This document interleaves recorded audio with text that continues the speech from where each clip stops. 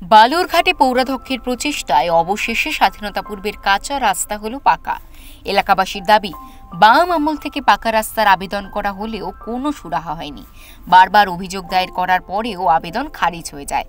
অবশেষে বালুরঘাট পৌরসভার অন্তর্গত ৫ নম্বর ওয়ার্ডের বটকৃষ্ণপল্লী এলাকার পৌরাধ্যক্ষ অশোক মিত্রের প্রচেষ্টায় মঙ্গলবার দুপুরে রাস্তা নির্মাণে শুভ সূচনা হলো।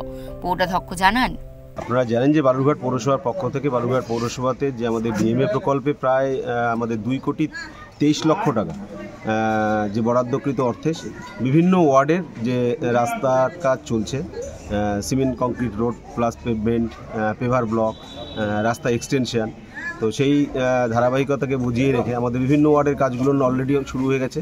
আজকে আমার নিজেরই ওয়ার্ড, এটা ৫ নম্বর ওয়ার্ডের বটকৃষ্ণপল্লী এলাকাতে আমাদের ৫ নম্বর ওয়ার্ডের যে রাস্তাগুলো সাধারণত মানুষের দীর্ঘদিনের দাবি ছিল, এখানে মানে দেখতেই পাচ্ছেন পুরো রাস্তাটা এত ডাউন নিচু জায়গা ছিল যে স্বাধীনতার পর থেকে এখানকার মানুষ খুব কষ্টে এবং মানে দুর্ভোগ ভোগ করেছে এক কথায়।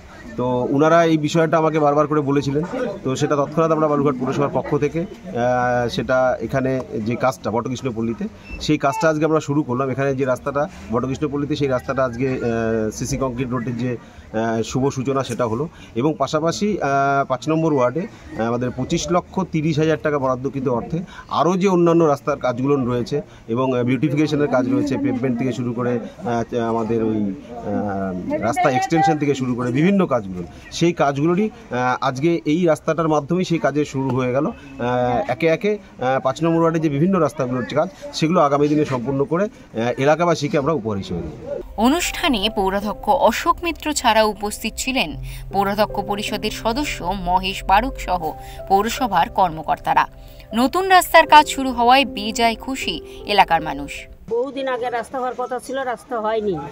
এবার অশোক মিত্র আমাদের রাস্তা ভালো করে আমাদের উজ্জ্বল করে দিল। দক্ষিণ দিনাজপুর থেকে শঙ্কু কর্মকারের রিপোর্ট, ওঙ্কার বাংলা।